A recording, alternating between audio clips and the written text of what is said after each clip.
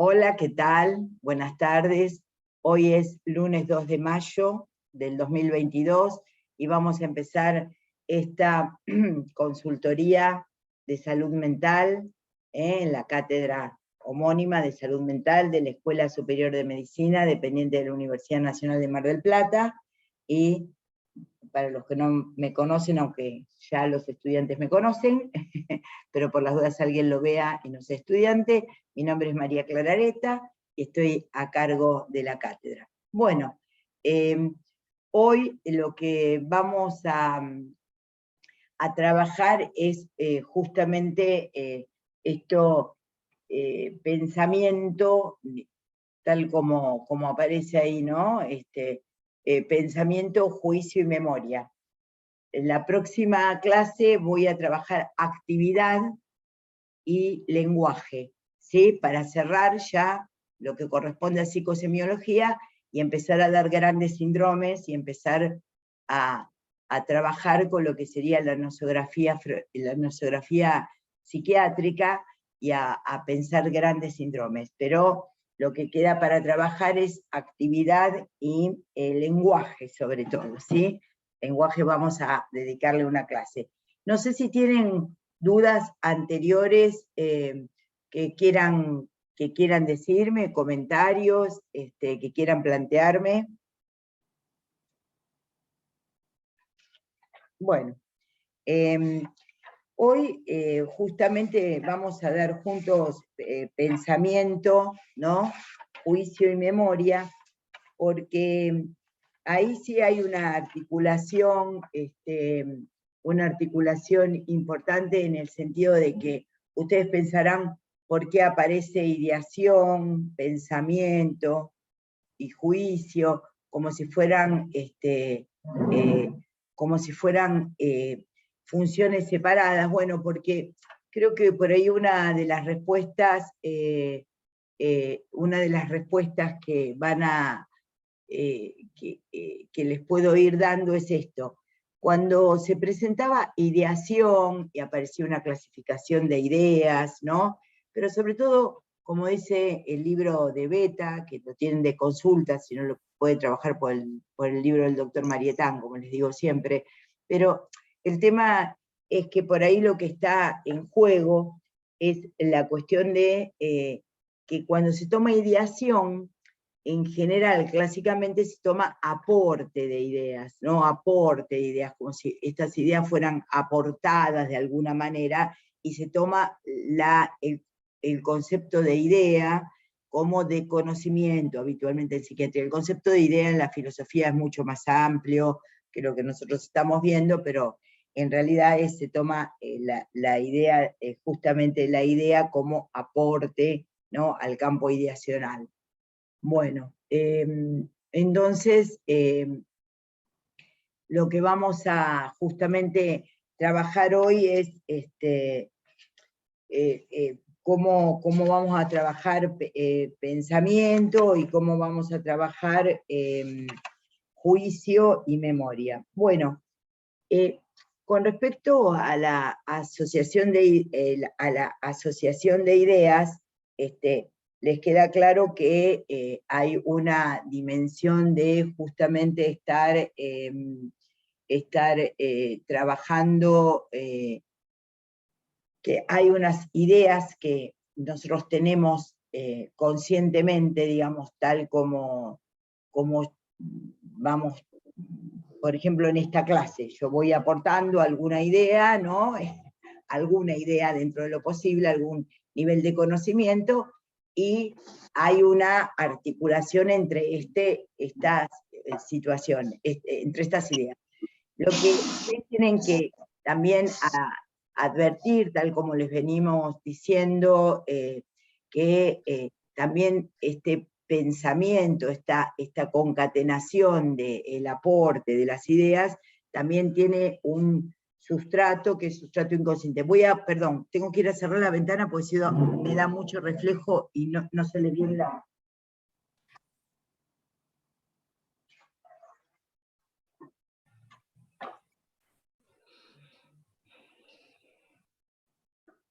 Así sale mejor la filmación. Bueno, cuando ustedes toman, entonces, la asociación de ideas dieron como aporte, les decía que puede tener un nivel más consciente, digamos, más lógico, ¿no? Ahora lo vamos a ver en pensamiento. Entonces, la ideación propiamente dicha la van a tener en relación a justamente el aporte de ideas y esa clasificación que un estudiante me preguntaba la clase pasada, pero no es importante que tengan todo el conjunto de ideaciones, sino poder pensar solamente la cuestión de idea fija, ¿no? Idea obsesiva, idea fóbica, con esta adjetivación tan clásica tan clásica en psiquiatría. Pero lo importante es que ustedes sepan que la ideación y el pensamiento también tiene un componente, un fundamental componente que para el psicoanálisis es inconsciente. Entonces cuando ustedes estén en la consulta médica, no necesariamente el consultante va a hablar con ustedes como si fuera un filósofo o alguien dando una clase, o que esté en claridad totalmente de lo que quiere expresar, digamos. Todo lo que tiene que ver con la comunicación pasa porque ustedes puedan también entender, digamos, tengan un nivel de comprensión, por lo que el consultante por ahí no puede aclararles o ser muy preciso. Entonces ahí va a depender de la habilidad de quien los entrevista, del entrevistador, del médico, de la médica, para que ustedes puedan justamente plantear la repregunta, plantear si el objetivo es tomar una historia clínica, preguntar por un síntoma, que ustedes comprendan, digamos, mediante esta clase, que el trabajo de llegar a una comunicación adecuada va a necesitar de un trabajo de ustedes para ir de alguna manera entendiendo por lo menos lo que no entienden. Esto queda claro, ¿no? No es que el consultante entra y sabe de entrada por qué consulta. Este es el nivel de la demanda. Ustedes tienen que ir de alguna manera guiando y entendiendo por lo que no entienden muchas veces, haciendo una, digamos, a partir de lo que no entienden, ir repreguntando y tener una actitud ustedes abierta hacia lo que no entienden del consultante. Esto queda claro, ¿verdad? No es que la gente va con una claridad de ideas meridiana y les va a ir a plantear puntualmente, sino lo que les pasa, o por qué van, o por qué los consultan. Muchas veces la gente no sabe por qué consulta, y es función del médico y de la médica, digamos, esclarecer algo del orden de la demanda. Esto queda en claro, ¿no? Porque es una cuestión práctica que con esto tiene que ver las consultorías, que a veces hay que saber desplegar la demanda, ¿se entiende? Entonces, en ese punto, bueno, ustedes van a tener, digamos, esa cuestión. Ustedes ya hicieron el práctico correspondiente, no sé si les quedó alguna duda, me lo plantean, pero hay una, ¿se acuerdan que para el inconsciente aparece una ley, ¿no?, de asociación de ideas, que no necesariamente es la asociación de ideas lógica, tal como plantea la lógica aristotélica? Por ejemplo, ustedes pueden tener ideas que el paciente va a ir diciendo de una manera medianamente ordenada o medianamente desordenada, ¿se entiende? Entonces ahí ustedes no es que tienen que fijar un criterio muy duro digamos, en donde el consultante tenga que hacer un gran esfuerzo para hacerse entender, sino que ustedes tienen que facilitar, mediante estas clases que tratamos de transmitirles, cómo por ahí lo que se padece, ¿no?, lo que se padece, lo que se va, no sabe el consultante por qué va. Por ahí tiene un dolor indefinido, por ahí tiene una molestia, un malestar, que no, y esto por eso es importante estas clases, que ustedes en la entrevista que hagan en la historia clínica, todos estos elementos que les vamos dando, queden más incluidos en lo que sería la entrevista, la parte de entrevista que implica, antes se llamaba interrogatorio, ni más ni menos, parece bastante policíaco, ahora se toma, digamos, piensa como entrevista, en donde ustedes tienen que ir ayudando al consultante a que pueda plantear la demanda. Esto queda claro, ¿no? En esto que estoy diciendo. Bueno, así como tomamos idea y dijimos que con Beta la idea es el aporte de ideas, lo que está justamente en juego es, bueno, ¿qué implica un trastorno en la asociación de ideas? Entonces, como siempre pueden tener un ritmo acelerado, eso ya lo saben por los otros elementos, por las otras funciones psíquicas que le fuimos dando, puede estar acelerado, enlentecido, o justamente alterado, digamos, ¿no? Alterado en el sentido de que puede haber algún nivel, digamos, de complicación en cómo el consultante va a plantearle los que tiene. Bueno, y también, justamente, si cuantitativamente puede haber una aceleración en el nivel de la asociación de ideas, también puede haber un retardo en la asociación de ideas. Todo lo que tenga que ver con una aceleración, pueden justamente pensar lo que puede ser una característica de la personalidad de quien les habla, pero hola Adriana, ¿cómo te va? Una característica de la personalidad de quienes les habla, pero también pueden pensarlo en donde si tiene una sustancia tóxica o no, lo mismo en el retardo, ¿no? En la asociación de ideas, esto. María Clara, te quería hacer un pequeño comentario sobre lo que estás diciendo, sí, sobre el tema de entrevista, si me permitís. Sí, cómo no. Que es muy importante lo que acabas de decir, porque a veces uno ve a los profesionales, ve a los médicos, a las médicas, afanados en tomar nota sobre los signos que van apareciendo en el discurso, digamos, del consultante, y a veces hay que abrir, digamos, abrir la escucha y poder no tanto ceñirse a esto, a las sintomatologías, digamos, corporales, sino tratar de escuchar ese discurso, tratar de abrir la propia, digamos, la propia oreja y tratar de escuchar ese discurso, que a veces la sintomatología está solapada o escondida entre las palabras de quien consulta. Es sumamente importante esto, no ceñirse. Yo a veces uno ve a los médicos y a las médicas tratando de anotar todos los síntomas, y a veces hay que tranquilizarse y escuchar lo que viene, escuchar el discurso que viene, y desde allí empezar a hacer un diagnóstico, ¿no? Me parecía muy importante lo que estabas diciendo sobre la entrevista.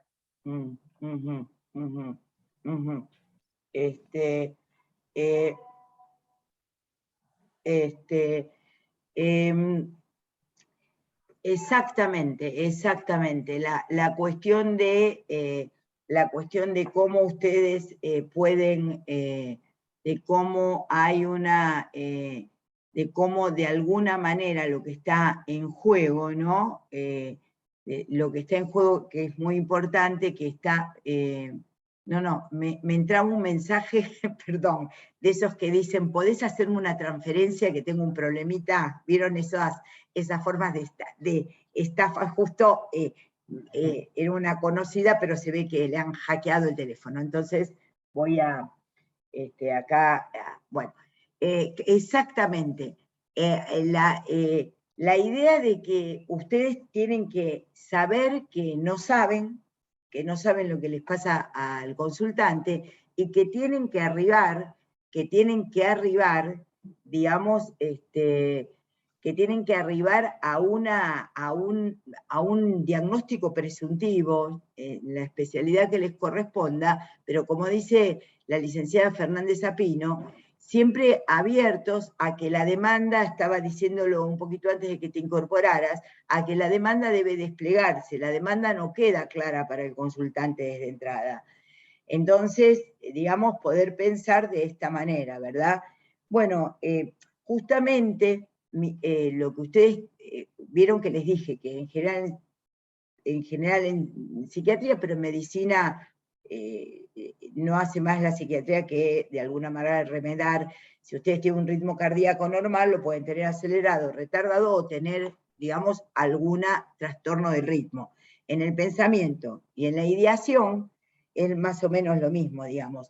Pueden tener enlentecido, entonces ustedes verán si el paciente está hipoglucémico, siempre descarten los elementos orgánicos, como siempre les decimos en las interconsultas, los elementos orgánicos, ya sea por tóxicos, traumáticos, del medio interno, y también puede haber trastorno en la coherencia del pensamiento. Si la ideación la asociamos al aporte de ideas, la ideación, el pensamiento lo vamos a pensar, lo vamos justamente a plantear como una sucesión de esto. Entonces pueden tener un pensamiento también acelerado, un pensamiento, digamos, retardado en el sentido del lentecido, y también pueden tener aparecer, digamos, patologías del pensamiento, por decirlo de alguna manera, que tengan que ver con la cualidad del pensamiento. Por ejemplo, que haya una incoherencia. Incoherencia implica que un paciente diga, digamos, varíe, digamos, sus niveles de contradicción con respecto a lo que dice. Entonces, uno podría decir, bueno, hay una coherencia del sistema asociativo que si les está diciendo que les duele la panza y les está planteando un tema digestivo, va a seguir por el tema digestivo, pero por ahí la coherencia también pasa porque esto se los asocie con algo que tenía el padre o algo que tenía la madre. Entonces ustedes no van a plantear incoherencia de pensamiento. Justamente, como decía antes la licenciada Adriana Fernández Sapino, digamos, lo que van a ver es que habitualmente cuando uno piensa varias cosas como al mismo tiempo, digamos, ¿no? Entonces, no es que van a tener necesariamente, una coherencia en donde van a ir por temas como si quien les habla, ¿no? Como si el consultante fuese un libro separado por índices o sumarios en donde se haya una coherencia temática. Hay una coherencia. Lo que pasa es que por ahí ustedes no la pueden advertir, pero para el paciente sigue habiendo una coherencia. Así que vamos a dejar justamente el planteo de pensamiento incoherente para los trastornos más graves dentro de la psiquiatría y vamos a entender que cierto grado de incoherencia es inherente a cualquier decir humano, ¿se entiende? Y que pueden presentarse ciertos principios de contradicción presentes. Además, profe, que esa coherencia va a estar... Perdón, ¿quién habla? ¿Quién habla? Brian, acá. Sí. La coherencia va a estar también involucrada en la articulación de ideas del paciente, que quizás para el que lo escucha no tiene una cierta lógica, pero no podemos asumir el estado de integración de ideas que va teniendo esa persona. Quizás tiene una integración de pensamiento más acelerada y puede planificar distintas ideas y el terapeuta... Exactamente. Estar, por ejemplo, ¿qué se les incluye? Por ejemplo, ¿qué pensarían con respecto a la afectividad del paciente con respecto a cómo influyen esto? Si el paciente está ansioso, si el paciente está asustado, porque cree que tiene un índice importante de idea, tiene algo que puede ser grave, va a plantearles de una manera particular esto. Entonces, justamente la afectividad influye muchísimo en lo que podemos decir va a manejarse dentro de una, digamos, de una forma de hablar que no parezca del todo clara. Siempre tienen que ponerse en la posición del que ustedes tienen que hacer el esfuerzo para entender y no necesariamente el consultante el esfuerzo por explicarse, como les he dicho. Con respecto digamos, a poder pensar el ideación, pensamiento, juicio, ¿no? Y después vamos a ver memoria. Pero el juicio justamente es arribar a una conclusión, digamos, ¿no? La conclusión sería, el juicio es el proceso mediante el cual se llega a una conclusión. Ustedes mismos van a tener esa dificultad en el sentido de, cuando ustedes hacen un juicio, digamos, llegan a un juicio que no es ético ni moral, ¿verdad? Pero llegan a un juicio, es, por ejemplo, llegar a un diagnóstico presuntivo, es porque ustedes mismos han realizado, con respecto a los datos que el paciente les va dando semiológicamente, llegan a un juicio, y llegan a un juicio, digamos, de poder pensar, bueno, es una neumonía, ¿me entendés? Puede llegar a ser un trastorno cardíaco, el diagnóstico presuntivo en cualquier especialidad también implica un juicio, ¿se entiende? Implica, digamos, el juicio de haber arribado a una conclusión. El juicio implica conclusión. Porque implica elaboración de pensamiento, ¿sí? Hay lo mismo que les enseñamos desde la primera clase, tiene que haber una observación, un análisis, para luego arribar a un juicio o conclusión. Esto es muy importante dentro de la consulta médica, no solo en la especialidad, no solo en salud mental, sino en todas las áreas de la salud. Ustedes mismos son objeto de estos procesos que les estamos enseñando, obviamente, para el consultante, pero lo estamos trabajando, digamos, para que ustedes arriben a un mejor procedimiento médico cuando ustedes están trabajando, ¿verdad? Esperen un segundito que hay una persona que me está pidiendo admisión. Bueno, entonces justamente el observar, el analizar, luego implica el concluir, digamos, ¿no? No hay que concluir precipitadamente o apresuradamente en algo que ustedes tienen como un prejuicio.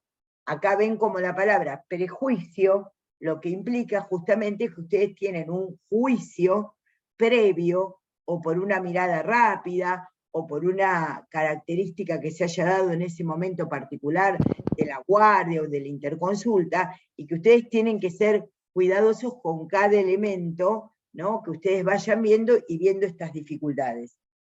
Bueno, entonces, en la etapa, si el pensamiento justamente lo definimos como todo el proceso de la ideación, del aporte de ideas, en donde aparece justamente la observación, como les he enseñado, el instante de ver, el tiempo de pensar, el tiempo de comprender, el momento de concluir, lo vuelvo a decir, el instante de ver, el tiempo de justamente comprender y el momento de concluir. Esto es para ustedes mismos, también para llevar adelante en la consulta, ¿no?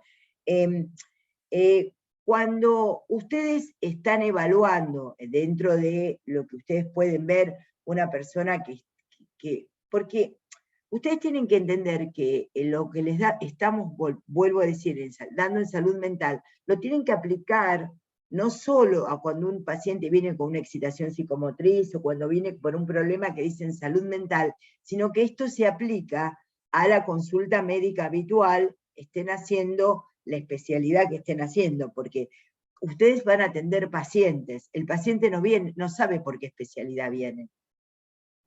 Esa es la idea que tiene la Facultad de Medicina en la que estamos. La idea es que ustedes van a atender personas a las que le están pasando cosas, digamos. La persona no sabe muchas veces qué especialidad del cuerpo, qué es lo que le está pasando. Le están pasando múltiples cosas. Entonces ustedes, la idea es que tengan una escucha amplia y que tengan una escucha comprensiva con respecto a eso.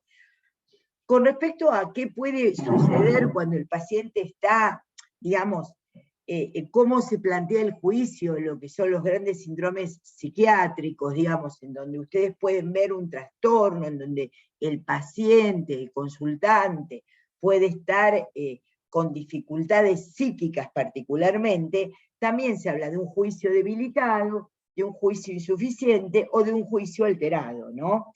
Justamente la diferencia entre debilitado, ¿no? Insuficiente y debilitado es que insuficiente es que sea un paciente que por una determinada característica personal, un trastorno del desarrollo cognitivo, del desarrollo afectivo, no haya arribado nunca a un juicio adecuado, digamos. Entonces se pone juicio debilitado, que esto se ve chicos, chicas, chiques, personas que por ahí tienen un retardo madurativo o cognitivo, en donde ustedes pueden advertir que no puede concluir con las ideas que trae, no llegar a una conclusión de una coherencia interna en su propio pensamiento. Porque no es que, entonces, juicio debilitado es el que no llegó a justamente constituirse como tal. Juicio disminuido, justamente, es el que, habiéndolo tenido, lo ha perdido, ¿no? Yo siempre hacía como un comentario en donde hay gente que justamente pasa del insuficiente del juicio insuficiente al juicio debilitado en una sola recta, nunca llega a juicio mantenido. En la historia clínica, si no se pone juicio mantenido, ¿no? Juicio mantenido quiere decir que llega a una conclusión,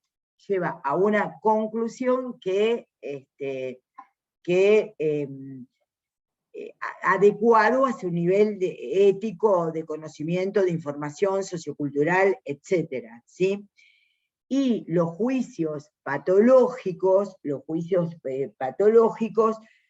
son aquellos justamente, también puede estar el juicio suspendido, perdón, que me olvidé de decirles eso, debilitado, insuficiente, debilitado, suspendido en los síndromes, por ejemplo, confusionales. Entonces, en los débiles mentales o personas con trastornos, digamos, del desarrollo, lo van a notar como juicio insuficiente. En las personas dementizadas o con un trastorno en déficit, pero que ya han tenido un juicio mantenido, lo van a poner como juicio, digamos, debilitado. Y también puede estar suspendido, porque ustedes pueden ver una persona con un síndrome confusional, en donde, porque justamente como el juicio depende de la atención, de la memoria, del pensamiento, de la ideación, el juicio concluye mal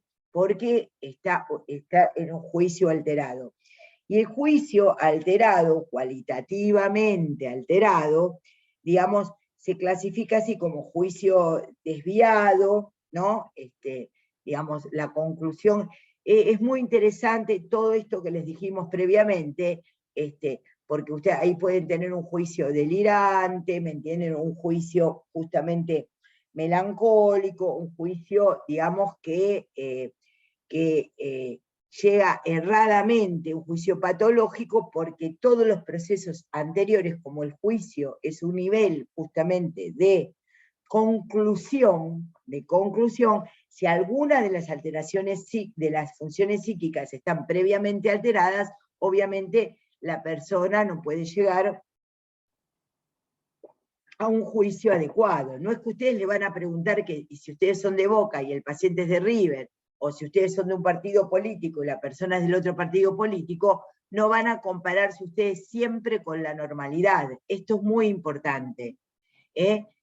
Tienen que encontrar la coherencia interna del nivel de pensamiento que tiene el paciente para definir si el juicio está mantenido o no. ¿Se entiende?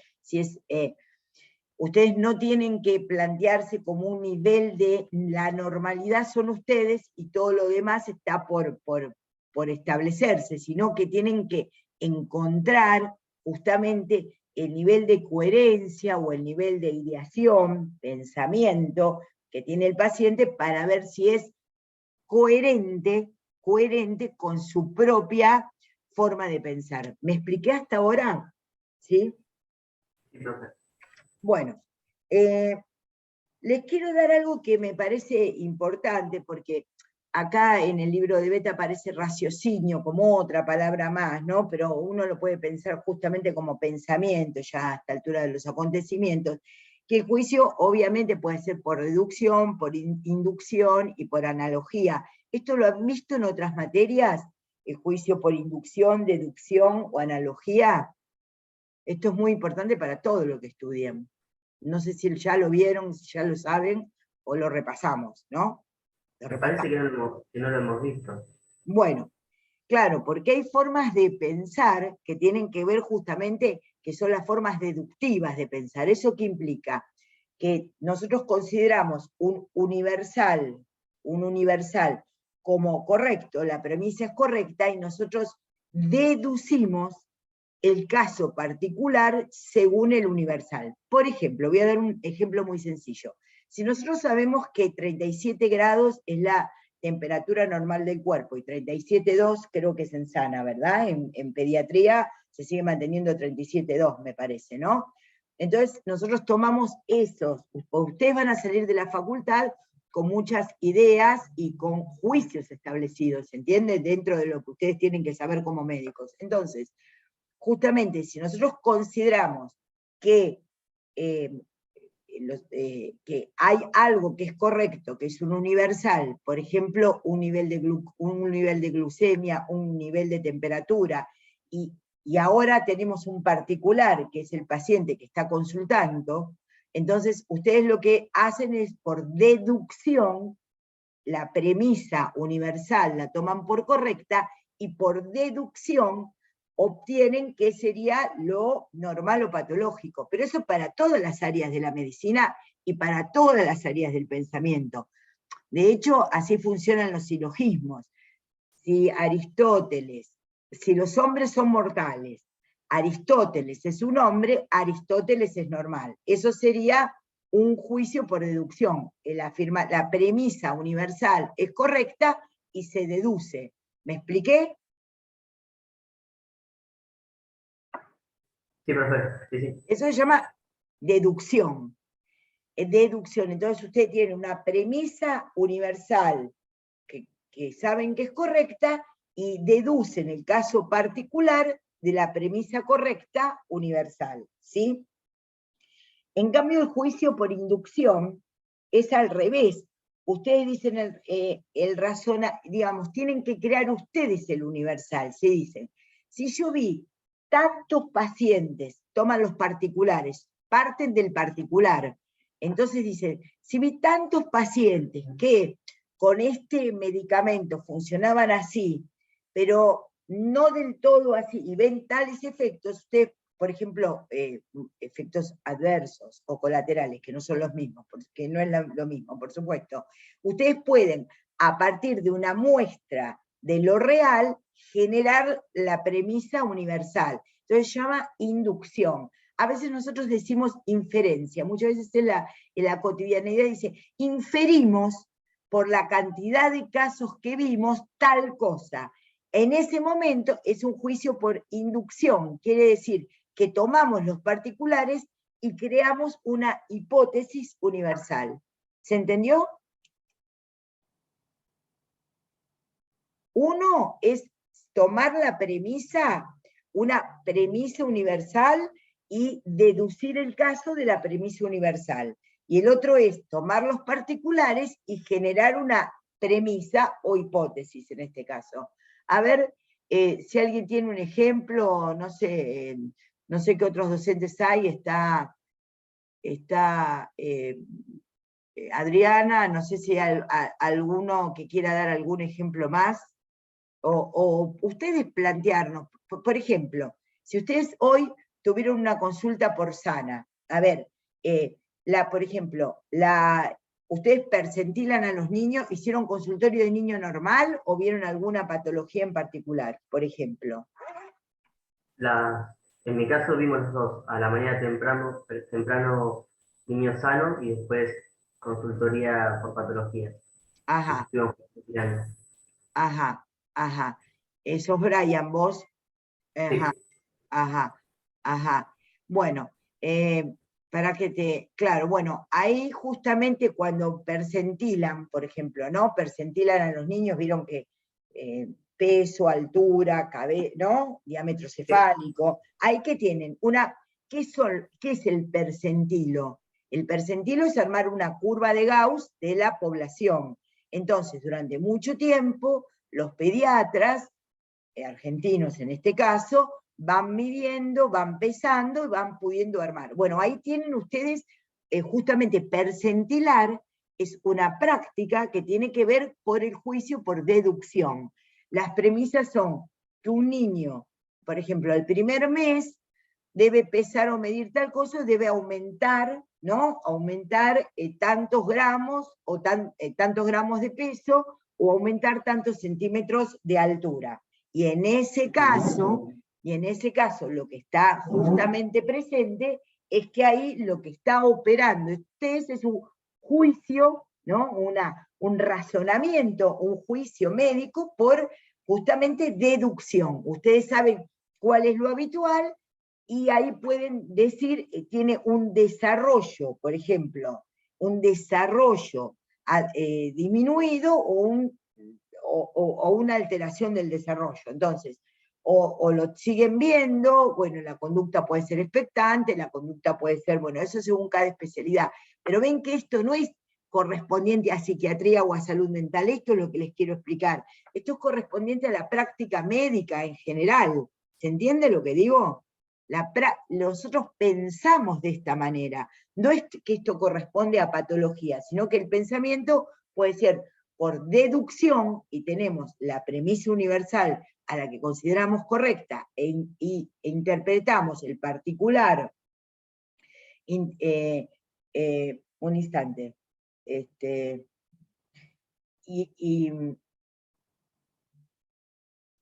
Un instante, por favor.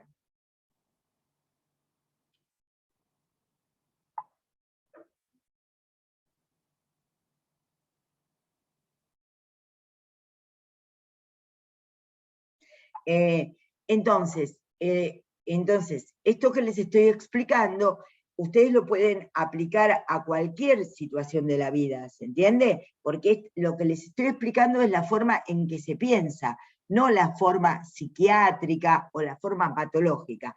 Todos hacemos juicios, ¿no? Por deducción, deducimos tal cosa porque deducimos que tiene, por ejemplo, un trastorno de crecimiento, porque la premisa primera es correcta, tienen que aumentar tanto en el primer, ¿no? O la presión arterial es normal de tal a tal, entonces la premisa que ustedes, en medicina, ¿qué les van a dar cada profesor? Les va a dar la premisa de cada especialidad. Eso ustedes lo van a tomar como una premisa verdadera, que irán modificando, pensando, teniendo un pensamiento crítico con respecto a esto. Pero aprender algo quiere decir también aprender un montón de premisas que uno toma como verdadero, y van a tomar el particular desde lo verdadero. Pero también hay un procedimiento inverso, pero no es contrario en el sentido de, no es contrario, sino que funcionan, tanto se puede, tanto funciona como los que pueden, digamos, tanto funcionan como el pensamiento por deducción o por el pensamiento por inducción. La inducción, tienen que entender que no es inducir como sugestionar, sino que en lógica se llama pensamiento por juicio por inducción a cuando ustedes tienen un conjunto de particulares y ustedes generan la premisa, que sería una hipótesis de trabajo. Por ejemplo, todas las ideas de los trabajos de investigación es poder ver algo en el campo de la realidad y poder generar una hipótesis. ¿Quedó más claro así? Bueno. También hay otras formas de hacer juicios. Otra forma sería justamente por analogía, digamos, ¿no? Es una forma de comparación, ¿no? Digamos, digamos, la comparación, digamos, está tomada en relación a si tal funcionó de esta manera, cuál puede funcionar de tal manera. Ven que no toma ni lo universal ni lo particular, sino que son maneras de trabajar los particulares. Si tal grupo de pacientes funcionó de tal manera en tal procedimiento médico, otro tal grupo de pacientes puede funcionar de la misma manera. Entonces, si yo les dijese una analogía, es poder pensar, digamos, hacer una metáfora de una comparación entre una cosa y la otra, sin que medie por eso una premisa universal primera. Bueno, espero Ahí que... María Clara, Víctor hizo una observación. Víctor, ¿lo querés comentar? ¿Querés comentar lo que escribiste? Te No, es que escuchamos. pensaba que los estudios de los fármacos, ¿no? Pueden ser un ejemplo de inducción, ¿no? Porque siempre va a ser particular y vamos a partir de ahí pensar que toda la población humana que tiene las mismas características de este grupo va a tener la misma, como la misma respuesta, ¿no? O sea, Ajá. partimos del particular al universal, ¿no? Claro, pero vos pensá esto, está muy bien lo que decís, está muy bien y te agradezco, Víctor, vamos a tratar de dialogar un poquito, pero vos pensá esto, que si vos tenés por ejemplo, ¿no? Una medicación que vos sabés que está contraindicada, por ejemplo, denme alguna idea de contraindicación que ya hayan visto en fármaco. Qué sé yo, ¿Qué uso de vieron? ¿Qué vieron beta-bloqueantes en con fármaco hasta personas con ahora? problema cardíaco. ¿Cómo? Uso de agonistas beta, ¿no? Para personas que tienen problema cardíaco. Esto es, ¿no? No llegamos a ver los estudios bien. Estamos en uso de fármacos Bueno, pero por ejemplo, suponete que se pueda ver lo siguiente. Tal medicamento está contraindicado porque aumenta la presión ocular. Eso es una premisa. Vos eso lo sabés cuando das. Cuando vas a elegir un medicamento, vos sabés en cuáles está indicado y en cuáles está contraindicado. Por ejemplo, hay algunos antidepresivos que están contraindicados, por ejemplo, psicofármacos, que están contraindicados en pacientes con hipertensión. Eso vos lo sabés como una premisa que es correcta, porque vos lo que entran como indicaciones y contraindicaciones de psicofármacos se llaman premisas en lógica. Entonces ustedes lo van aprendiendo. Entonces, ustedes saben cómo tener que medicar, digamos, teniendo en cuenta ciertas premisas. Cómo va a andar mejor, por ejemplo, si con un diurético, cuándo agregar un diurético, cuándo no agregar un diurético. Entonces, por ejemplo, si vos tenés un paciente deshidratado, voy a decir una cosa muy sencilla, un paciente deshidratado, no vas a indicarle un diurético, porque la premisa dice que hay que aumentarle el volumen de agua, digamos. No vas a forzar al riñón a que orine más, por ejemplo. ¿Se entiende? Entonces, eso es un procedimiento de juicio por deducción. Ustedes tienen la premisa que les enseñó, ¿no? El profesor Kroll, y su equipo, y ustedes, bueno, ustedes ahí van aprendiendo premisas. Entonces, lo que tienen que captar es cuando la premisa se cumple o cuando hay casos particulares que no cumplen la premisa. ¿Se entiende, verdad?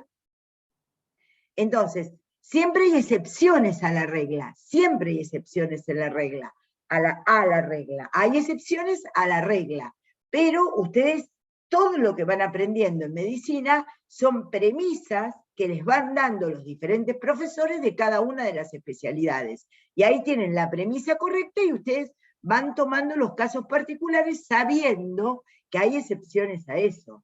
Pero esto es muy importante que lo sepan, porque no es solo esto, se los damos porque, bueno, estamos trabajando en salud mental, pero porque trabajamos en salud mental, por eso trabajamos un poquito más de lógica o de filosofía que otras especialidades. Entonces esto tiene que ver con la epistemología de la medicina. Me explico lo que digo, ¿no? Que es aplicable también a un paciente que puede venir con un trastorno propio de juicio, ¿no? Como pueden ser, vuelvo a decir, los síndromes confusionales con los juicios suspendidos, los síndromes delirantes con los juicios alterados, o cierto retardo de crecimiento o problema de madurativo cognitivo, en donde el juicio sea insuficiente. Entonces, de la misma manera que esto es evaluable en un paciente que se presenta a la consulta, ustedes también lo tienen que saber como médicos y médicas que se están formando. ¿Sí? Entonces esto es muy importante, digamos, en donde aparecen cuestiones.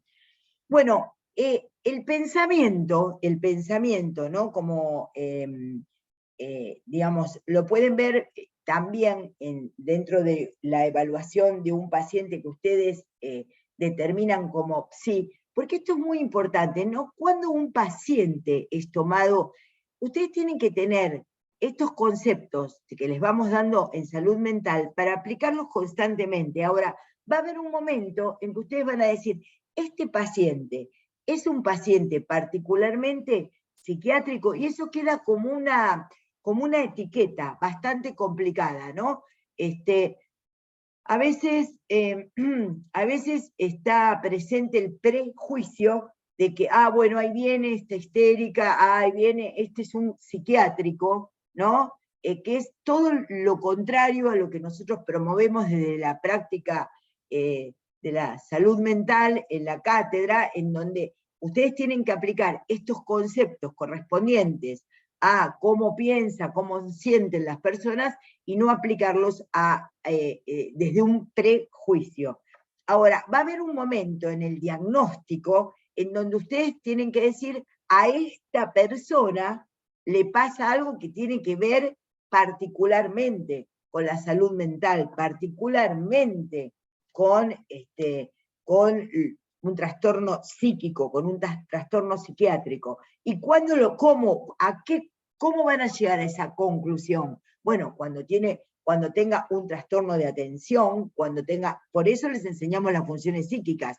Cuando van a ver si es un paciente que tiene un trastorno psiquiátrico propiamente dicho, es porque vean alterada justamente la atención, la presentación, la disponibilidad, esa actitud, la memoria, el juicio, el pensamiento, la sensopercepción, la memoria. Entonces ahí van a decir, bueno, la afectividad, digamos, ahí van a poder llegar a la conclusión médica de que es un paciente que por ahí requiere justamente una interconsulta, ¿no? Con respecto a salud mental, o que o hay una urgencia en salud mental. Esto que parece muy elemental no es elemental, porque ustedes tienen que pensar cuáles de estas funciones psíquicas están alteradas para que ustedes lleguen a la conclusión hipotética de que están ante un paciente que tiene particularmente una alteración psíquica. Por ejemplo, si ustedes están en obstetricia y la mujer grita, se siente mal, le duele y todo lo demás, ustedes lo que van justamente a tener es, ustedes van a darse cuenta que está o en el momento del parto o en el momento de una intercurrencia dentro del embarazo, y no van a plantear que es una paciente particularmente psiquiátrica o particularmente que tiene una alteración psíquica. Lo mismo si viene una persona que se le fracturó una pierna, duele y todo lo demás, sino que ustedes van a tener que entender, mediante la psicosemiología que le dimos, cuando un paciente o una paciente tienen justamente una alteración que podemos decir es del orden de lo psi. Adriana, ¿esto queda claro lo que acabo de decir? Pienso que sí, que queda claro, pero también pienso, María Clara, que esto hay que transitarlo. Ellos tienen que transitar como médicas y médicos esta posibilidad de hacer entrevistas y enfrentarse con esto, porque bueno, está muy clara tu teoría, pero la idea es que van a ir desmenuzando y digamos, desencadenando esta posibilidad de ver cuándo un paciente o cuando una persona tiene un trastorno del orden del OPSI, que a veces no es tan fácil de poderlo ver. A veces las personas vienen con mucha recurrencia, con algunas dolencias físicas, y eso tiene un trasfondo de algo psiquiátrico. Y no es tan fácil de ver al principio, ¿no? Esto lleva lo mismo que decíamos la vez pasada, lleva mucha experticia, lleva muchas horas de entrevista. Muchas horas de entrevista. Y de práctica propia, como les decía Adriana, o les decía el doctor Aymar la semana pasada, digamos, rápidamente, no es que uno va a ganar, porque digamos, manejar el diagnóstico en salud mental como un prejuicio es algo de lo que estamos en contra, ¿se entiende? Entonces estamos absolutamente en contra de hacer de los diagnósticos en salud mental prejuicios etiquetantes y segregatorios de un grupo poblacional, ¿se entiende? Porque esto es lo que habitualmente se hacía. Entonces, si ustedes ven un trastorno de la atención, de la memoria, del pensamiento, de la afectividad, ven una paciente que básicamente va a una primer consulta porque tiene gastritis, después sigue llorando, y ustedes no pueden resolverlo, evidentemente tienen que pedir llegan ustedes a la conclusión, al diagnóstico, porque el diagnóstico es un juicio, pero no es un juicio moral, es un juicio según las ideas. Entonces, tienen que llegar al nivel del diagnóstico como juicio, de decir, se necesita una interconsulta con el equipo de salud mental. Entonces, esa cuestión, ahora, esto es evidente que, por eso les dimos la psicosemiología, por eso les estamos dando la psicosemiología. ¿Cuándo entender que el servicio o interdisciplinario de salud mental tiene que intervenir? Bueno, cuando la angustia, la ansiedad, la afectividad, el pensamiento, el raciocinio, la sensopercepción están alterados, y esas son las razones para poder llegar justamente a una idea de que hay que hacer la interconsulta con salud mental. ¿Les queda? Porque no es fácil eso. Por eso tienen totalmente separado lo que es la salud mental de la clínica médica, o de la clínica pediátrica, o de las especialidades. Siempre tienen que tener en guarda esto que les decimos. En guarda quiere decir incorporados ustedes mismos, ¿no? Entonces siempre tienen que saber escuchar que por ahí, hacia algo predominante de estas funciones psíquicas, o esta conflictiva que está planteando el paciente, escapa a las premisas que ustedes como médicos y a las prácticas que como médicos les han enseñado en otras especialidades, tienen que advertir que están en presencia de un caso que requiere una interconsulta. Obviamente nadie va a ir con una afección médica sin un poco de angustia, sin un poco de aceleración del pensamiento, sin un poco de ansiedad. Eso es inherente a lo que llamamos normalidad o psicopatología de la vida cotidiana, pero eso tiene que ver con... Bueno, entonces... Yo quiero hacer un comentario. Justo hoy estuve en las Para prácticas de MIC. que te busco. Dale. Sí, habla si te veo en amarillito. Agustina, sí, Agustina. Justo hoy yo arranqué las prácticas de MIC y también pensé que capaz me iba a tocar, no sé, algún paciente cirrótico o algo así, que es justo lo que estábamos viendo, y vos sabés que nos tocaron 2 pacientes, una chica que tenía depresión severa ya desde muy chica y anorexia nerviosa, y otra paciente que se llamaba Karina, que bueno, empezamos a hacerle la historia clínica y justo me acordaba de esto que vos decís, que es muy difícil comunicarse con un paciente que está así, porque pasaba justamente con Karina que yo me daba cuenta que de las funciones psíquicas tenía todas alteradas casi, pobre. Ella lloraba te das 2 palabras y te lloraba. También decía que veía el hijo, Valentín, que estaba ahí, y no estaba el hijo ahí. También, bueno, también lloraba, veía el hijo. ¿Qué más tenía? Bueno, también de la orientación, también estaba súper desorientada. Sí, con respecto a su pasado recordaba, pero hoy, hace cuánto estás acá, no lo recordaba. Sabía que estaba en un hospital, pero te das cuenta, pobre mujer, que sí, que tiene una alteración. Está muy bien esto que dice Agustina, porque entonces ella maneja ciertas premisas que le enseñamos de las funciones psíquicas para justamente llegar a la conclusión de que probablemente sea una paciente que tenga un trastorno psíquico que requiera la intervención de especialistas. ¿Se dan cuenta? ¿Ella cómo hizo? Ella vio al paciente, el paciente le habla, y entiende cuáles son las funciones psíquicas y saca una conclusión, por lo menos una conclusión que es un diagnóstico justamente presuntivo. Está muy bien, ¿se entiende este caso? Entonces, ¿te sirvió lo que aprendiste, Agustina?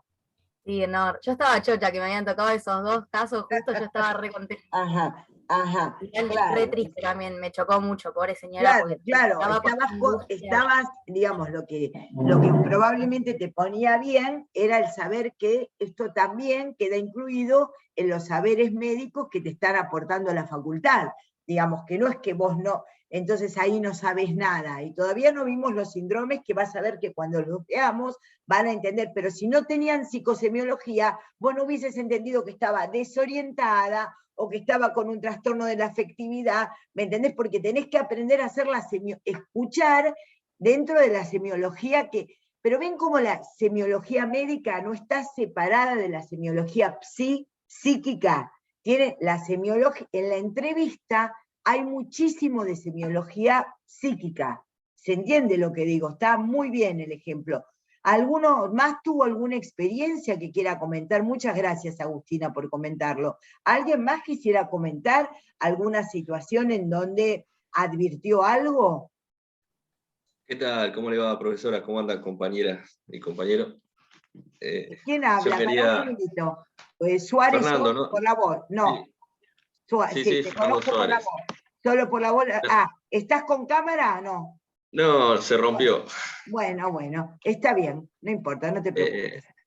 Bueno, empecé la semana pasada, como bueno, varios compañeros con Sana, con las prácticas, y estuve un día en un consultorio de la calle Córdoba y Almafuerte, 4 horas, y pude ver varios pacientes, varios grupos etarios, y uno de los cuales me llamó mucho la atención. Llegaron 3 hermanitos, uno de 7, otro de 9 y una hermana de 11. Ajá. Vinieron los 3 al control periódico de salud. Entonces, bueno, mientras la doctora hacía su examen físico, la anamnesis, yo, bueno, iba escuchando, y cuando llegó el momento de... Uno de los hermanos tenía como unas ideas medias delirantes, ¿no? Pero Ajá. tenía 9 años. Hablaba de... Él tenía unos lápices en la mano, él dibujaba todo el tiempo, dibujaba colores nomás en el papel, no había rasgos de humanidad, eso yo lo aprendí en enfermería, no había una persona, dibujaba, rayaba, decía que eran poderes especiales, que eran superhéroes, y en un momento cuando llega el examen físico de la hermana, yo le digo a la médica, ¿quiere que salga afuera como es una mujer y salgo afuera con los hermanos? Bueno, le pregunta, salimos los 3. Se queda la adolescente con su mamá y con la médica, y yo me quedo afuera con los chicos. Entonces aprovecho, aprendiendo lo que vimos acá, lo de ilusión, alucinación. Me acordaba que la ilusión era como una especie de alucinación hacia un objeto. Él consideraba que los lápices eran superhéroes, pero eran lápices. Y después los explayaba, el combate que él en su imaginario tenía, lo realizaba en una hoja, que eran rayas amarillas, azules. Yo medio que me asusté, porque digo, ¿los rasgos de humanización dónde están? Y en un momento me acordaba que cuando es una ilusión, no es autorreferencial, o sea, estaba el ejemplo del pollito. Muy bien. Entonces le dije, le pregunté otra cosa, le pregunté, porque él había hecho una pastafrola con la hermana y estudiaba en cocina también. Entonces le pregunté sobre eso. Ajá. Dejó los lápices y me empezó a hablar de eso. Empezamos a hablar de la pastafrola. Muy bien. Y bueno, nada, Muy después bien. me di cuenta que era propio de su edad. Exactamente, porque dentro del pensamiento está lo imaginativo. La imaginación como una idea, digamos, que tiene que ver con la creatividad propia. Entonces, la idea en los niños de que una de las preguntas cuando yo ingresé a la residencia hace 100.000 años era si un niño se viste de superhéroe, habla antes no se decía neutral, pero habla de una manera rara, se sube y está jugando con otro, ¿es normal, patológico, un esquizofrénico? Y la respuesta correcta era normal, por supuesto, porque justamente lo que está en juego es cierta imaginación. Los lápices, ¿viste? Cuando, por ejemplo, los nenes o las nenas juegan de tal manera que, por ejemplo, hace entonces viene el avión y hace... o están hablando solos. Si uno cree que todo soliloquio es esquizofrenia, sonó, digamos, para sí, para el paciente. Entonces, hay que ser cuidadosos con que, muy bien lo que hiciste, Fernando, de poder pensar que ese era un pensamiento típico de la edad, ¿me entendés?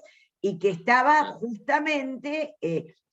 justamente planteando cierto rasgo de pensamiento que se llama imaginación. Entonces, nosotros no vamos a ir a patologizar cualquier elemento extraño que no comprendamos. Primero, sabemos que no comprendemos, y después tomamos digamos, todo lo que hemos aprendido en psicosemiología para justamente aprender a distinguir cierta necesidad de la intervención de un equipo de salud mental de lo que es la habitualidad en ciertos grupos etarios, sociales, digamos, por características particulares. Entonces está muy bien cómo justamente puede aparecer esto en los niños, que es lo más normal, digamos, ¿no? Que se crean superhéroes, que tengan...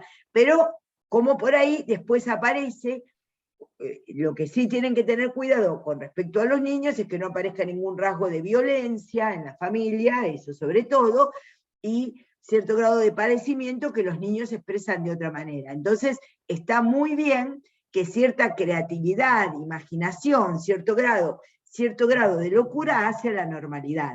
Cierto grado de locura siempre hacia la normalidad, ¿no?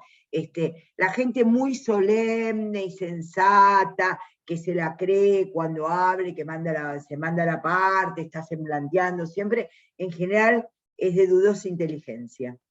La gente que es más inteligente es la que se toma un poquito más en chiste, ¿vieron? Lo que pasa es que el paciente, cuando va a consultarlos, está muy preocupado por el problema que lo lleva. Bueno, como quiero decirles estos tipos, justamente poder plantearles algo de que es muy importante, que les quiero decir, hay alteraciones en general del ritmo del pensamiento y alteraciones de la coherencia del pensamiento. Entonces, vamos a ir planteando las cosas como están. Habíamos dicho que cuantitativamente el juicio puede ser insuficiente, debilitado, suspendido, y el desviado, que es el delirante, ¿no? Entonces, justamente las alteraciones del curso del pensamiento aparecen, ¿no? En el curso son las cuantitativas, que son la aceleración, retardo, y después ustedes tienen que tener, digamos, dentro de las alteraciones del curso, hay pacientes que son muy prolijos, minuciosos, dan los detalles, repiten. Ustedes tienen que diferenciar ahí ciertas características que por ahí corresponden a la psicopatología de la vida cotidiana, a la normalidad, que son pacientes más obsesivos. No, doctor, pero yo no le expliqué qué es puntualmente, y les vuelven a decir lo mismo, de lo que puede ser algo más patológico, que justamente que es el campo de la psicosis. Entonces, hay elementos dentro, después lo vamos a ver también el lenguaje, ¿no? Porque el lenguaje expresa el juicio. Entonces, prolijidad o minuciosidad en el pensamiento, ¿no? Perseveración del pensamiento, que es una repetición, como dice Beta, lo estoy leyendo, periódica y automática de las palabras en curso. Cuando ustedes vean repetición, no muletillas, porque yo puedo decir, por ejemplo, o coso, ¿vieron cuando dice la gente, si entonces fui al coso? Bueno, eso no van a tomarlo como si fuera, eso es un problema de información y cultural de las personas, de formación cultural de las personas. Entonces, de alguna manera, pero cuando ustedes ven que algo se repite como parasitariamente, ahí ya tienen que pensar que el paciente o la paciente puede corresponderse a un cuadro de psicosis que habrá que diagnosticar. Eso se llama justamente perseveración, insistencia, y también se ve en pacientes orgánicos con epilepsia, ¿sí? Entonces, en el campo de la normalidad lo pueden ver en rasgos obsesivos del paciente, y en el rasgo más en donde hay que hacer justamente el diagnóstico presuntivo de otro trastorno más importante de la salud mental, es en el grado justamente de la perseverancia del pensamiento. Bueno, un elemento muy importante que está asociado a ustedes, a ver si es la interceptación de pensamiento. ¿Acaso ustedes, ahora les pregunto, a qué asocian la interceptación del pensamiento? ¿A qué les hace acordar, que ya lo vimos en psicosemiología? Cuando el pensamiento... Como que le A cambian, poder interrumpirlo, ¿Cómo? a que ¿Cómo? se va modificando. Claro, a poder interrumpirlo. la interceptación es cuando se interrumpe de una manera incoherente la interceptación y aparece como una palabra parásita. Entonces eso puede justamente estar articulado a lo que es la alucinación, a la alucinación. Entonces, cuando, ¿quién estaba hablando? ¿Faustina también? O no sé, Agostina, no sé. Bueno, Brian, bueno. Entonces, ahí, en esa interceptación de palabras que no tienen que ver con la lógica de lo que está planteando el paciente, porque, por ejemplo, si ustedes están comentando un partido de fútbol, y dicen, no, pero ese es un pesado, que nunca la pasa, no define bien. Che, compramos pizza, ¿qué querés? ¿Fugaceta? Bueno, ahí también hay una ruptura de la lógica, pero no hay una ruptura de la lógica en lo comunicacional. ¿Entienden? En cambio, si un paciente les está diciendo, sí, yo vine porque me trajo mi mamá, andate, te digo que te vayas. Sí, y ahí ustedes ven esa interceptación que tiene que ver con la lógica propia de la comunicación, ahí se pone pensamiento interceptado. Y el pensamiento interceptado puede corresponder a casos de psicosis y a casos de psicosis esquizofrénica. Entonces, nosotros siempre tenemos cierto desvío en el curso, cierto desvío en el curso de pensamiento o en la asociación de ideas, pero lo que ustedes tienen que captar es la lógica del que está hablando. Si la lógica del que está hablando es más prolijo o menos prolijo, bueno, estará bien, pero la interceptación de pensamiento es un gran elemento semiológico que no pueden dejar de considerarlo como para el diagnóstico de psicosis, ¿no? Es una O sea que tiene que interrupción. ver, profe, con una alucinación verbomotora o no, eso de que está escuchando y contesta o no. Acordate esto, que la alucinación verbomotora es cuando mueve la boca según lo que está escuchando. La interceptación de pensamiento está articulada, está articulada eso, pero la interceptación de pensamiento implica que el paciente haga un silencio y por ahí diga una palabra o un concepto o un conjunto de ideas que vienen totalmente desarticuladas de lo que viene diciendo y que él nos dé una explicación.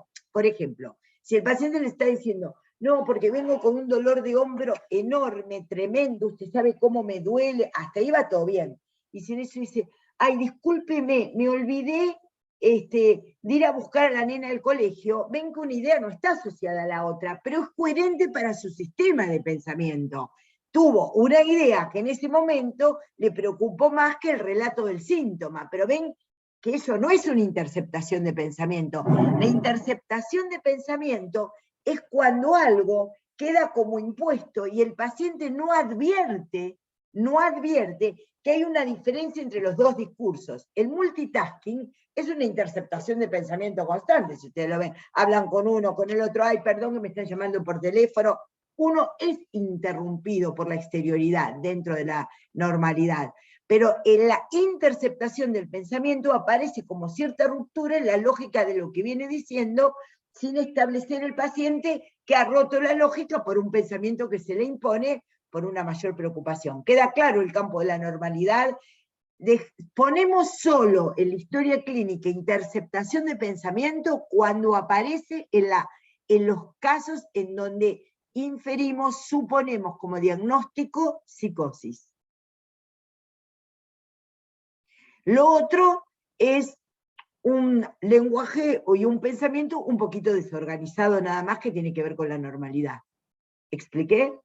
La charla entre amigos o entre amigas. Hablan de todo, y uno habla, tiene bastantes Windows abiertas, este tema, el otro, vuelve, se olvidó de terminar de decir la frase, retoma el tema que dejó, eso es la normalidad, porque el otro lo entiende y puede seguirlo. Pero en este caso, cuando es patológico, la interceptación produce una fractura que no le permite al paciente retomar la idea que le precedió y queda como tildado ante la imposición de esa idea. Y se llama interceptación de pensamiento porque no es que el paciente dice estar escuchando o mueve la boca según la alucinación verbomotora, sino que se le impone como idea de pensamiento. ¿Me expliqué, Agustina? Bueno, ahí tienen otro elemento importante, es la rigidez de pensamiento, que también se puede ver en el campo de la normalidad, personas que son extremadamente aburridas y hablan siempre A, B, C, uy, uno dice, ¿cuándo la va a terminar? ¿Viste? Y son muy, muy rígidos en su pensamiento, pero también esto se puede ver en el campo de la normalidad y se puede ver en el campo de la habitualidad, y también se pueden ver en trastornos psiquiátricos graves, que haya como una rigidez en donde no se puede mover, que también corresponde al campo de la psicosis. Bueno, lo que sí corresponde al campo de la psicosis es esto que les voy a decir acá, que también van a ver cómo se va a conectar con lo del lenguaje la semana que viene, que es estereotipía del pensamiento, que es repetición continuada de palabras. Es como si yo les empezara a decir, por eso no se puede fingir la psicosis, ¿no? Como si yo les empezara a decir, bueno, el pensamiento, gato, gato, gatuno, gatuno, gaturro, gatera. Entonces, ahí aparece por homofonía cierta articulación, ¿no? Y se repite frases que no están conectadas lógicamente con lo que venía diciendo, pero interrumpen. Eso se llama estereotipía, y sí, pero eso es muy raro de ver, pero se los tengo que enseñar, pero eso sí corresponde a casos del campo de la psicosis. Y la verbigeración del pensamiento es repetición de las mismas palabras o frases en tiempos más o menos prolongados. Bueno, que ya es la verbigeración es ya un grado mayor de desorganización del pensamiento, y la máximo nivel de desorganización de pensamiento es lo que llamamos disgregación del pensamiento, que se da en pacientes psicóticos con, en general, esquizofrenias, y aparece la disgregación del pensamiento como un dato patognomónico de lo que sería justamente la esquizofrenia. Pierde la finalidad lógica, el paciente hace lo que se llama ensalada de palabras. No hay coherencia ninguna en el pensamiento y habla mezclando absolutamente todos los niveles, todas las palabras, como si fuera, si yo agarrara un diccionario, ¿no? Bueno, ahora no tengo uno acá atrás, pero si yo empezara a ver, voy a tomar el Google, díganme cualquier palabra que se les ocurra. Vamos a poner cualquiera, ventana, ¿sí? Ventana. Bueno, lo que pasa es que el Google, claro, da la definición sola, pero si yo empezara a decir, claro, porque entonces si me trajeron acá, yo no quería venir, ventana, ventuno, ventí, vento, ventoro, mensaje, vento, viento, va, viene, va. Eso es ya lo que está asociando, es el pensamiento es más por justamente una lógica homofónica que una lógica comunicacional de un pensamiento que quiere expresar una idea. ¿Me expliqué? Y eso sí, que la ensalada de palabras con entonces les va a quedar esto de disgregación. Yo les di los otros pasos, verbigeración, rigidez, estereotipía, pero la disgregación del pensamiento es un trastorno, justamente, del pensamiento típico de los estados psicóticos. Bueno, después todo esto serían alteraciones del contenido, ¿verdad? No, esto es del curso. Ah, del curso. Del curso es, vamos a repetir, del curso es aceleración, retardo, prolijidad, perseverancia, interceptación, rigidez, estereotipía, verbigeración, disgregación. Esos son del curso. Ahora voy al contenido. Por el contenido puede ser incoherente, delirante, obsesivo, por ejemplo, por el contenido. Genial. Mucho más importante, a veces, una de las preguntas que nos hacían en la residencia es qué diferencia hay entre un pensamiento incoherente y un pensamiento delirante. El pensamiento incoherente puede ser de alguien muy creativo que así se marea un poco cuando está hablando, pero cuando uno lo corrige vuelve al tema que era principal. El psicótico no puede volver. Se perdió ya en el diccionario. Entonces dice, ven, vení, ventana, menuco, cualquiera, besanía, y hace como si fuera una serie por homofonías, ¿entiende? Entonces, del contenido, son trastornos del contenido del pensamiento, lo pueden tener incoherente, delirante, obsesivo, melancólico, ¿se entiende? Pero no, y del curso justamente son los otros. Es más importante que ustedes, las dos cosas son importantes, pero es muy importante, los trastornos del curso del pensamiento patológico son típicos de la psicosis. Porque es más difícil arribar a si un contenido es delirante o no, sobre todo cuando los delirios son verosímiles, como ¿no? Quiere decir que ver el trastorno del pensamiento propiamente dicho en cuanto al curso. Bueno, vamos a ver, vimos pensamiento, juicio, vamos a ver memoria. Como decía Freud, la memoria, no hay ninguna teoría, una teoría psíquica completa si no da cuenta de la memoria. La memoria, digamos, puede ser definida por la posibilidad de la rememoración, de traer a la conciencia una idea o una sensación, una palabra que no está presente en la actualidad. Quiere decir hacer actual lo pasado. Esa es la memoria.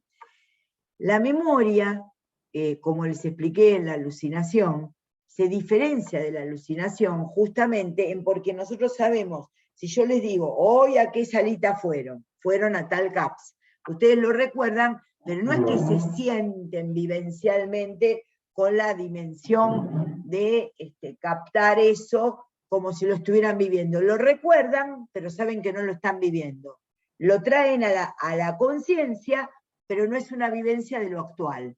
¿Se entiende? Entonces ese dato, esa conversación, ese elemento tiene que ver con justamente hacer actual lo que era pasado. Así se puede definir la memoria.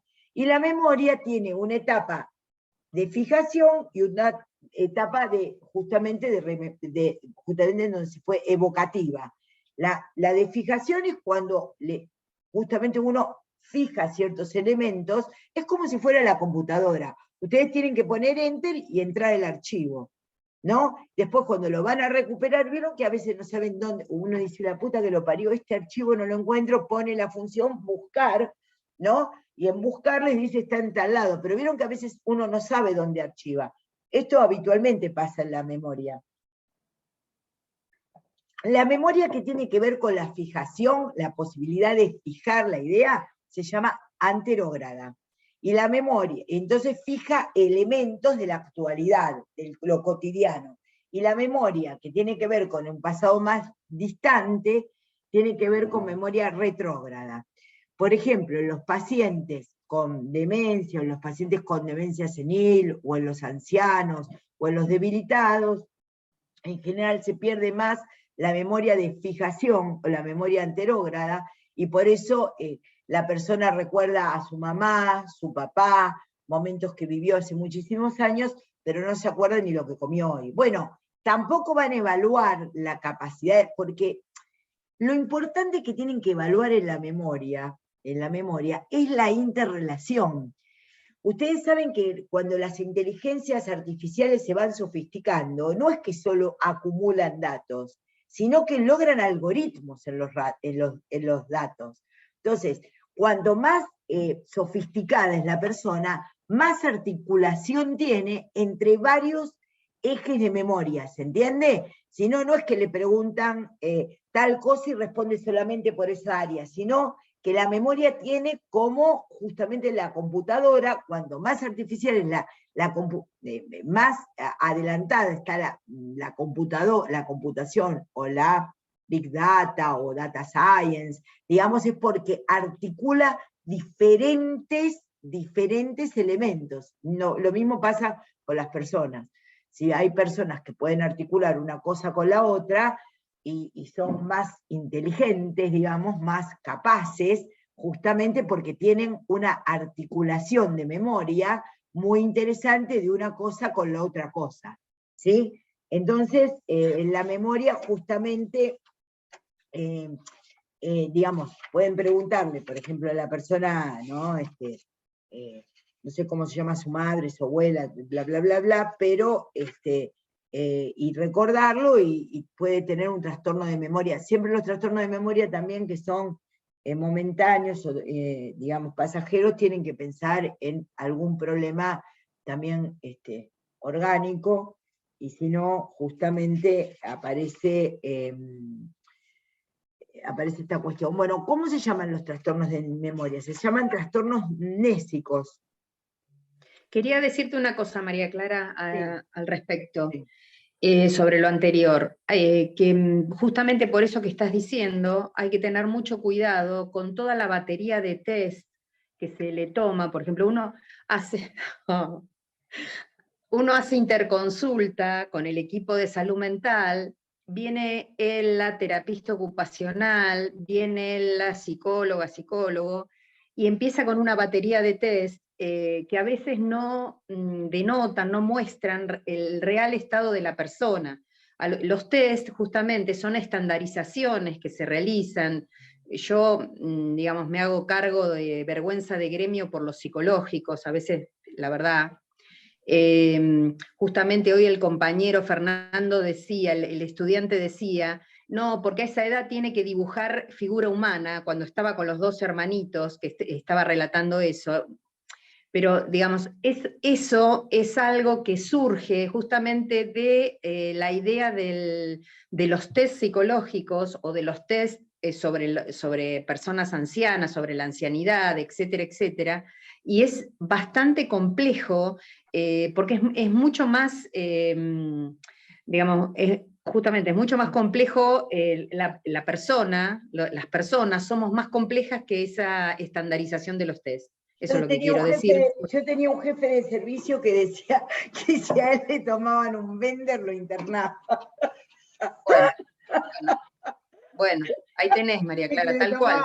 Bender, Bachelor, ahora sí hay algunos lugares del país en donde toman toda esa batería de test para diferentes cuestiones. Hay test que son, como les dijo de la licenciada, que tienen que ver con la test de capacidad y otros test que son proyectivos. No es, tienen que tener cuidado con esas cosas porque lo dijo inmejorablemente bien, ¿no? Ahora, entonces, los trastornos de la memoria, ¿cuáles son? Las amnesias, lógicamente, que pueden ser anterógradas, amnesia, falta de memoria, anterógradas o retrógradas, como les expliqué. También puede haber amnesias que se llaman lacunares, de laguna, lacunares, con C, que tienen que ver justamente con episodios traumáticos que ha vivido el paciente. Entonces puede ser amnesias totales, amnesias parciales, amnesias lacunares, ¿sí? Esto también se ve en los síndromes demenciales, digamos, ¿no? Los viejos que tienen justamente un trastorno, un trastorno cognitivo en las personas de edad y viejas que tienen problemas cognitivos generales y la memoria se ve. Entonces tienen desde la hipermnesia, que podría ser de Funes el Memorioso, el texto de Borges, hasta la amnesia total, tienen en el medio las hipomnesias, trastorno de memoria. La gente estresada actualmente dice muchísimo, estoy con un trastorno, ¿sabe, doctora, que no me salen las palabras? Se llama afasia, ¿no? Afasia nominal. Pero no me salen las palabras, no me surgen los nombres, o no puedo hablar durante un rato largo, dando en el trabajo porque inmediatamente me distraigo. Entonces la atención también tiene que ver con la memoria, ¿sí? Entonces, pero quería decirles, para ir terminando, si quieren lo retomamos la clase que viene, que hay trastornos que son de lo nunca visto y de lo ya visto, que a veces se llaman, justamente se los dice en francés porque los describieron los franceses, justamente el déjà vu. Me parece que lo viví, o déjà raconté, me parece que ya lo conté. Entonces, o el nunca visto o el ya visto, ¿no? Esto nunca lo viví y lo siento raro. Esto ya lo viví o esto ya lo conté, me parece que lo estoy viviendo otra vez. Esas son ilusiones de la memoria.